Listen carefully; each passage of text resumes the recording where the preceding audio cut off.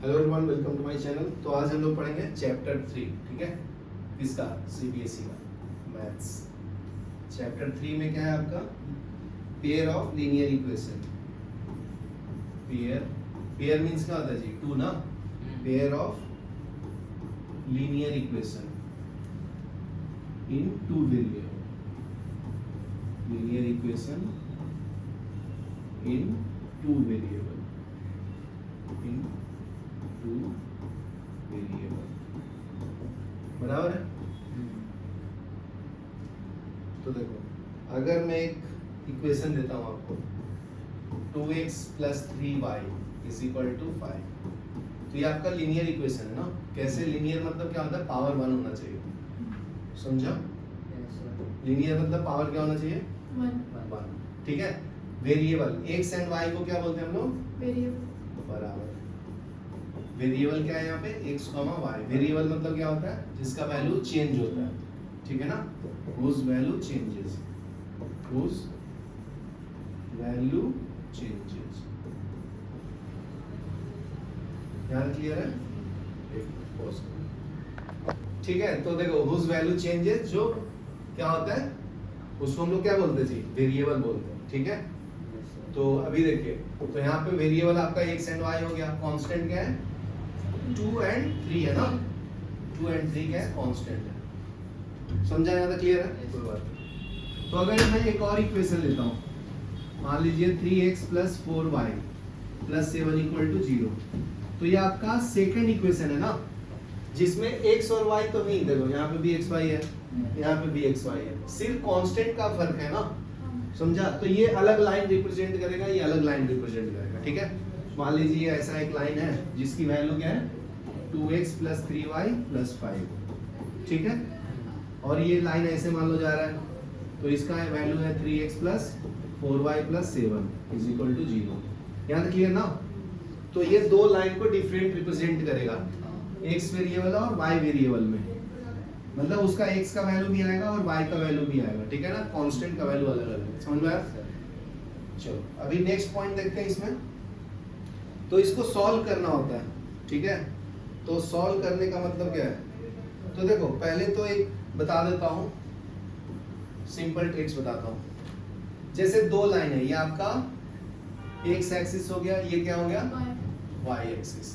तो इसको अलग अलग क्वाड्रेंट्स में भी डिवाइड करते हैं। ये फर्स्ट क्वाड्रेंट, ये सेकंड क्वाड्रेंट, ये थर्ड क्वाड्रेंट और ये फोर्थ क्वाड्रेंट। यहाँ तक क्लियर है? ओके। तो अभी देखिए, मान लीजिए अगर कोई लाइन है, ये आपका फर्स्ट लाइन है और ये दूसरा लाइन है, ठीक है। तो एक पॉइंट पे कट कर रहा है, जब ग्राफ ड्रॉ करूंगा तब, ठीक है। तो मान लीजिए ऐसा है, तो 1 पॉइंट पे कट करेगा, 1 पॉइंट पे। तो इसका सॉल्यूशन क्या है? 1 सॉल्यूशन। ये समझा आपको? अगर कोई लाइन है, ये लाइन 1 है और इसके पैरेलल लाइन 2 है, तो ये कभी मिलेंगे? नहीं मिलेंगे, तो नो सॉल्यूशन। कभी मिलेंगे तो सॉल्यूशन ही ना, मींस नो सॉल्यूशन। क्या लिखेंगे? No solution. कब होता है? जब लाइन पैरेलल होता है, L1 पैरेलल टू L2। यहाँ तक क्लियर है? ये लाइन एक पॉइंट पे कट किया है, मतलब इंटरसेक्ट किया है ना, इंटरसेक्ट। तो इसको क्या बोलते हैं जी? 1 सॉल्यूशन। समझा? अगर मान लीजिए लाइन 1 है और लाइन 2 भी ड्रॉ करूंगा तो इसी के ऊपर आएगा, तो इसका मतलब L1 = L2 है।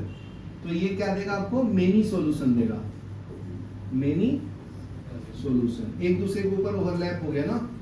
समझा? चलो ये लिख लो, फिर आगे बढ़ो, ठीक है। तो देखो, जनरल इक्वेशन ऑफ लाइन क्या है? देखो, x और y तो वैल्यू सेम रहेगा, पावर भी सेम रहेगा, खाली उसका कांस्टेंट का वैल्यू अलग अलग रहेगा। तो a1x + b1y + c1 = 0। ये आपका फर्स्ट इक्वेशन है, फर्स्ट इक्वेशन, बराबर है। सेकंड इक्वेशन क्या होगा जी? बताइए। a2x + b2y + c2 = 0। देखो, ये फर्स्ट लाइन है तो सिर्फ 1 1 1 लिखा हो ना। तो जनरल इक्वेशन क्या है तुम्हारा? ax + by + c = 0। अगर थर्ड इक्वेशन बोलूंगा तो क्या आएगा? बताओ।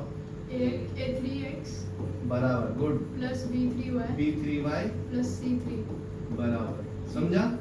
ये 10 पूछेगा तो 8 10 क्या x हो जाएगा? समझ गया ना?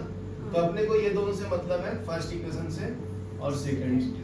तो देखो अगर कंपेयर करते हैं तो यहाँ पे एक एग्जांपल दिया हुआ है, तो मैं लिख देता हूँ पहले x minus 2y is equal to 0। ये है 3x plus 4y minus 20 is equal to 0। ठीक है, यहाँ पे 1 है ना, तो a1 का वैल्यू क्या है जी? 1। a2 का वैल्यू क्या है? 3। b1 का वैल्यू क्या है? -2 b2 का वैल्यू क्या है? 4 c1 का वैल्यू 1 0 है ना इसमें। c2 का वैल्यू कितना है? -20 समझा क्या? तो देखो अगर मैं कंपेयर करूं a1 बाई a2 को डिवाइड करूं तो क्या मिलेगा? 1/3 ना। a2 मैं अभी करो b1 बाई b2, ठीक है? तो ये क्या आएगा जी बताइए? b1 बाई b2 को डिवाइड करते हैं तो -2/4 -1/2। ये क्या आएगा? c1 बाई c2 का वैल्यू 0/-20 0। कुछ मैच कर रहा है? ये इसके इक्वल है? इसके इक्वल है? नहीं है ना। तो देखो यहाँ पे लिख सकता हूँ a1 by a2 not equal to b1 by b2। यहाँ तक क्लियर है? तो ये क्या होगा? इंटरसेक्टिंग लाइन देगा, इंटरसेक्टिंग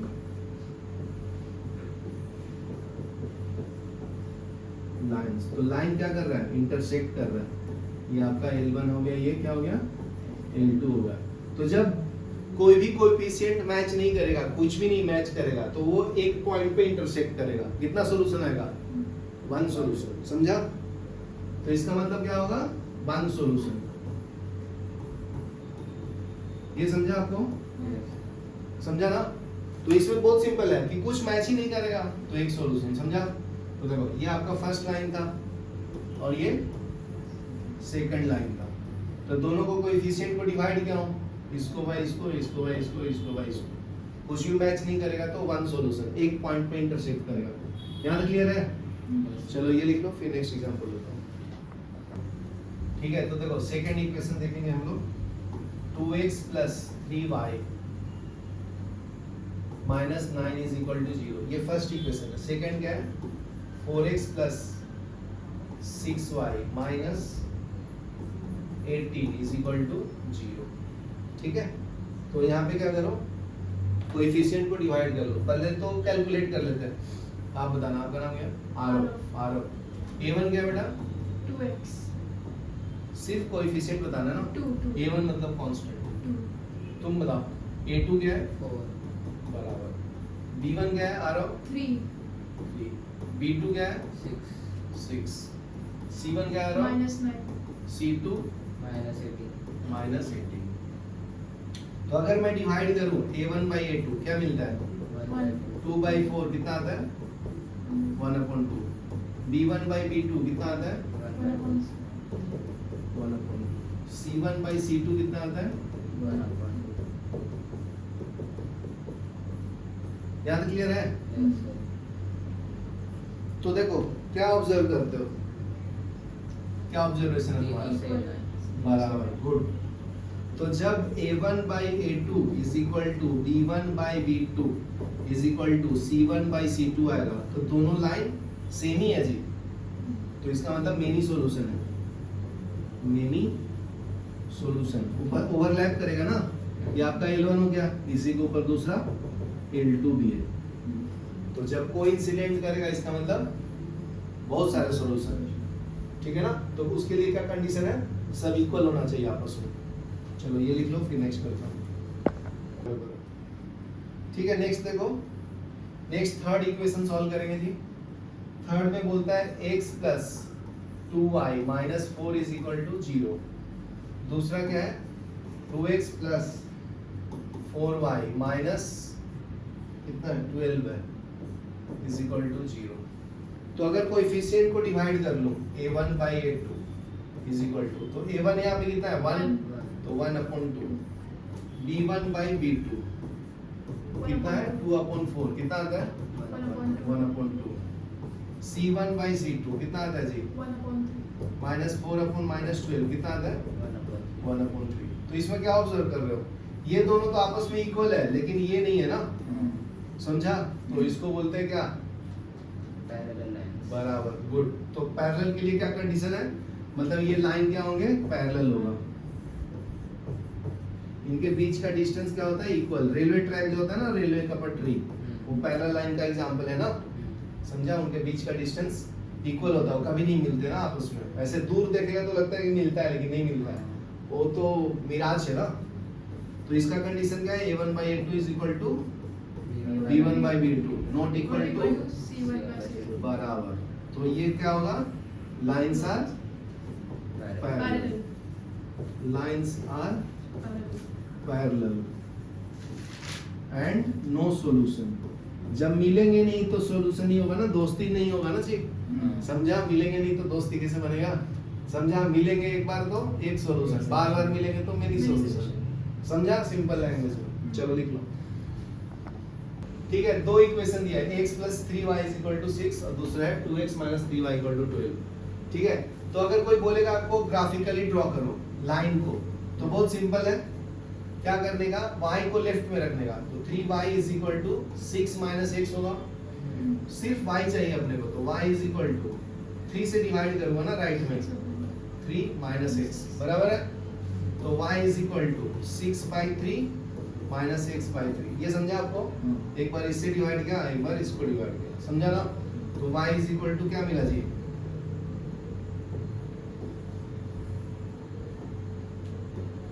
ये y = क्या है? 2 - x/3 बराबर है. तो देखो अभी इसके पॉइंट्स तुम्हें कैलकुलेट करना है. तो बहुत सिंपल है. ये जो x है ना, उसको हम लोग इनपुट बोलते हैं. क्या बोलते हैं? इनपुट. y को क्या बोलते हैं जी? यार क्लियर है? अगर मैं x का वैल्यू 3 डालूंगा, y क्या मिलेगा बताओ? ये x हो गया, ये y हो गया. x का वैल्यू मैं 3 डालता हूँ, तो 3/3 क्या होगा? 1. तो 2 - 1 क्या होगा? 1. बराबर. x को 6 डालता हूँ, तो 6/3 2. 2 - 2 0. 9 डालो, तो 9/3 3, तो -1. ये समझा? इसको देखो, ये इसको राइट में ले लेता हूँ, तो 3y = 2x - 12. तो y = 2x/3 - 12/3. तो y = 2x/3 - 4. यहाँ तक क्लियर है? तो इसका पॉइंट्स ड्रॉ करना है, तो सेम मेथड फॉलो करूंगा. ये आपका x है, ये क्या है? y. x का वैल्यू मान लो 3 डाला, तो y क्या मिलेगा? x3. तो 3/3 कैंसिल हो जाएगा ना. 2 - 4 कितना आएगा? -2. ये समझा आपको? अभी x का वैल्यू 6 डालो, तो 6/3 2. 2 × 2 4, 0 आएगा ना. 9 डालो, तो 9/3 3 ना. 3 × 2 6, 6 - 4 2. समझा? तो अभी लाइन ड्रॉ करता हूं. ये आपका 0, x का वैल्यू 3 6 9 है, 3 का मल्टीपल है ना. तो ये 3 ले लेता हूं, ये 6 ले लेता हूं, ये 9 ले लेता हूं. ठीक है, और y को ऑब्जर्व कर लो, 1 0 1. ये मतलब ऐसे ले, नॉर्मल लेना है ना. 1 2 3 4 5 6 -1 -2 -3 -4 -5 -6. यहाँ तक क्लियर है? ये समझ में आ रहा है ना? कैसे करते हैं? ये आपका पॉजिटिव y एक्सिस होता है, ये नेगेटिव y एक्सिस. ये पॉजिटिव x और ये नेगेटिव x. यहाँ तक क्लियर है? ओके. तो अभी देखो ड्रॉ करता हूँ. फर्स्ट वाला लाइन, x का वैल्यू 3 है, तो 1 के y क्या है? 1. x 3 y 1. तो इसको पहले ऐसे लेंगे, इसको ऐसे लेंगे. ये पॉइंट आया फर्स्ट पॉइंट. ये समझा आपको? फिर x का वैल्यू 6 है, y का वैल्यू 0, तो 6. ये दूसरा पॉइंट आया ना. थर्ड देखो, 9 पे कितना है? -1. 9 पे -1 है.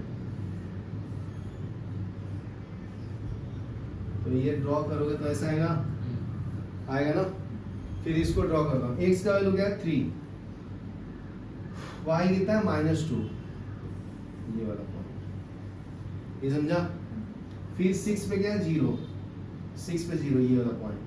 तो ये दोनों को अगर खाली मिला दोगे तो ये लाइन तुम्हारा ऐसे है ना, ये लाइन 1 है, ये लाइन 2 है, तो 1 सॉल्यूशन समझा। दूसरे तरीका क्या बताया था, 1 सॉल्यूशन का a1/a2 not equal to b1/b2 not equal to c1/c2। तो ये क्या देता है, 1 सॉल्यूशन ना, 1 इंटरसेक्टिंग लाइन। तो चेक करना है तो कर सकते हैं, देखो ये वाला है ना, ये 1 और इसका 2 नॉट इक्वल टू आना चाहिए। b1 कितना है जी, इसका 3 है, इसका कितना है -3, तो ये कितना है -1 ना, नॉट इक्वल टू c1/c2, ये -6, ये कितना आएगा -12, ये नॉट इक्वल टू -1/2। मैच कर रहा है, खाली ये दोनों मैच कर रहे हैं, लेकिन आपस में ये इसके साथ इक्वल नहीं है ना, समझा। चलो तो ये 1 सॉल्यूशन लिख लो।